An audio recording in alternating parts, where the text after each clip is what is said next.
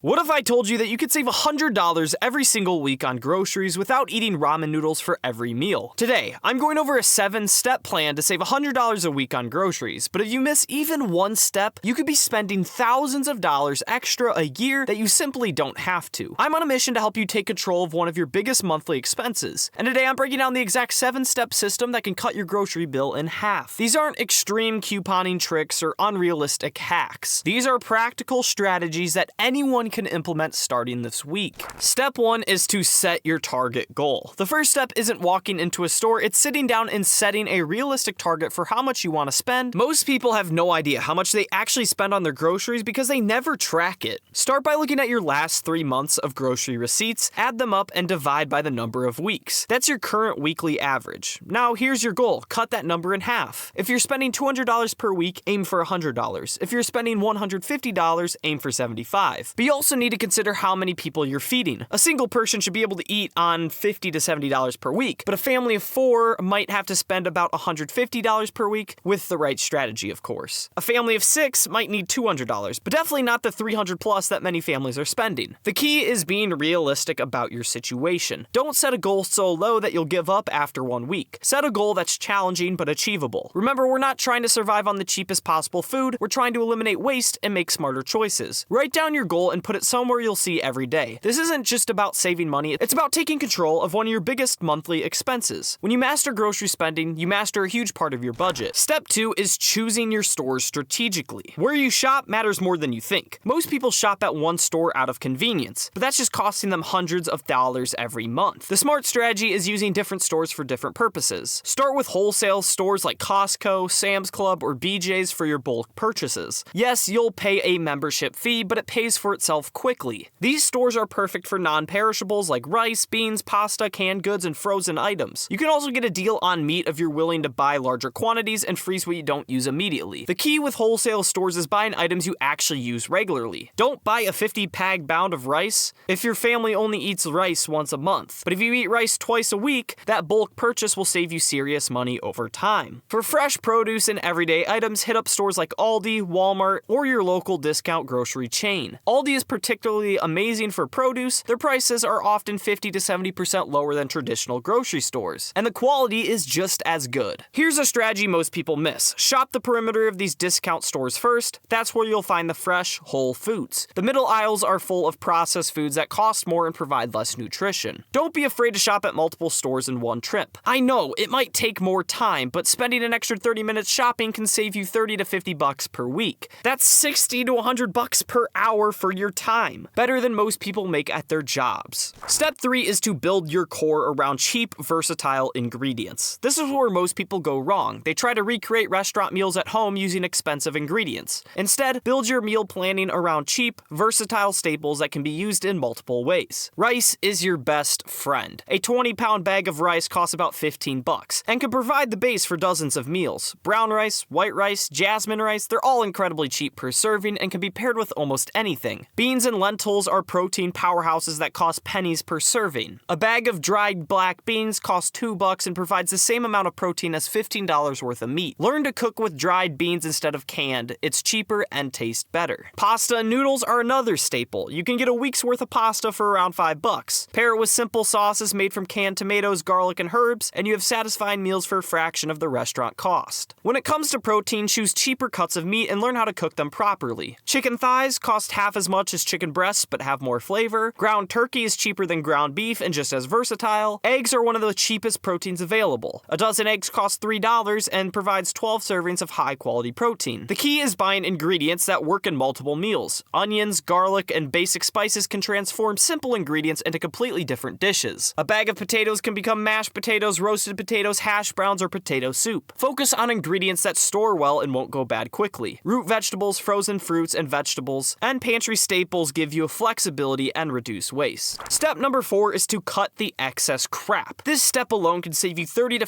$50 per week. I'm talking about soda, chips, cookies, candy, energy drinks, and all the other processed junk that somehow just makes it into your cart. Here's the brutal truth about these items. They're expensive, they're not nutritious, and they don't fill you up. A bag of chips costs $4 and provides maybe 200 calories of empty carbs. For that same $4, you could buy 2 pounds of potatoes that provide 1,200 calories calories of actual nutrition. Soda is one of the worst offenders. A 12-pack of Coke costs $6 to $8 and provides zero nutrition. That's $25 to $30 per month just for sugary water. Buy a water filter and drink water instead. Your wallet and your health will thank you. But here's what's really insidious about junk food. It doesn't satisfy you. You eat a bag of chips and you're hungry again in an hour, so you end up buying more food to actually fill you up. You're paying twice, once for the junk food and again for real food. Energy drinks are another massive waste. A single drink costs $3 to $4. That's $20 per week if you have one a day. Make coffee at home instead. A month's worth of coffee costs less than a week's worth of energy drinks. Look, I'm not saying you can never have treats, but buy them intentionally, not impulsively. If you want chips, buy one small bag as a planned purchase, not 3 family-size bags because they were on sale. The money you save by cutting junk food can be redirected towards higher quality real food. Instead of spending $20 on soda and chips, spend that $20 on better meat or fresh produce. Or just straight up save it for something else. Which brings us to step number 5, master the art of deals and generic brands. This is where you can really optimize your savings without sacrificing quality, but you need to be smart about it. Not all deals are actually good deals. Generic brands are usually your best bet. Store brands are typically 20 to 40% cheaper than name brands and are often made in the same facilities. If you do a blind taste test, you won't be able to tell the difference. The exceptions are items where quality really matters to you. If you're a coffee snob, maybe you splurge on good coffee beans. If you love a specific brand of pizza sauce, keep buying it. But for basics like flour, sugar, canned tomatoes, and frozen vegetables, generic is the way to go. When it comes to sales, focus on non-perishables and items you use regularly. If pasta is buy one get one free and you eat pasta twice a week, stock up. But don't buy 20 boxes just because it's a good deal. You're not saving money if you're buying more than you need and you're throwing it all away. Meat sales are where you can save big, but you need a plan. When chicken is on sale for $1 per pound instead of its usual $4 per pound, buy a lot and freeze it in a meal-sized portion. A good freezer is an investment that pays for itself quickly. Learn the sales cycles at your store. Most sales rotate every 6 to 8 weeks. Once you know the pattern, you can stock up when prices are low and avoid buying when prices are high. Use apps like Ibotta, Checkout 51, or your store's apps for additional savings, but don't let the apps drive your purchases, only use them for items you were already planning to buy. Which brings us to step number 6, stick to your list and never shop hungry. All of the planning in the world means nothing if you can't stick to the list when you're in the store. This is where most people blow their budget. Make your list at home when you're not hungry and not surrounded by marketing. Organize it by store section so you can shop efficiently, and include quantities so you don't overbuy. The never shop hungry rule isn't just a saying, it's backed by research. When you're hungry, your brain makes impulsive decisions and everything looks more appetizing. Eat a meal or at least a snack before you go shopping. Set a time limit for your shopping trip as well. The longer you spend in the store, the more likely you are to make an impulse purchase. Aim to be in and out in about 45 minutes or less. Avoid the middle aisles unless you have specific items on your list. That's where all the processed, overpriced food lives. Stick to the perimeter where the real food is. Also, don't bring your kids if you can avoid it. I know that's not always possible, but kids are impulse purchase magnets. If you must bring them, give them a specific job like finding items on your list so they don't ask you about a candy bar 20 times. Use cash or debit card instead of credit. When you're spending actual money instead of swiping plastic, you're more conscious of every purchase. If you see something not on your list that you want, write it down and tell yourself you can buy it next week if you still want it. Most of the time, you'll completely forget about it. But that brings us to step number 7, analyze and adapt your strategy. The final step is reviewing your results and continuously improving your system. After each shopping trip, take 5 minutes to analyze what worked and what didn't. Look at your receipt and identify any impulse purchases. What triggered them? Were you hungry, tired, stressed? Understanding your triggers help you avoid them next time. Track what you actually ate versus what you bought. If you bought fresh spinach but it went bad before you used it, maybe buy frozen spinach next time or don't buy it at all. Keep a running list of prices for items you buy regularly. This helps you recognize when something is actually a good deal versus just a marketed one. Track your weekly spending and celebrate your wins. If you hit your target, acknowledge that success. If you went over, figure out why and adjust for next week. The goal isn't perfection, it's continuous improvement. Even saving $50 per week instead of $100 is still $2,600 per year. That's a nice vacation or a solid emergency fund contribution. But now that you know how to save $100 a week on groceries with these 7 steps, there's a bigger philosophy that takes the money-saving mindset even further. Specific things that minimalists completely avoid buying to save thousands while bettering their lives. So check out this video where I reveal the 13 things minimalists never buy.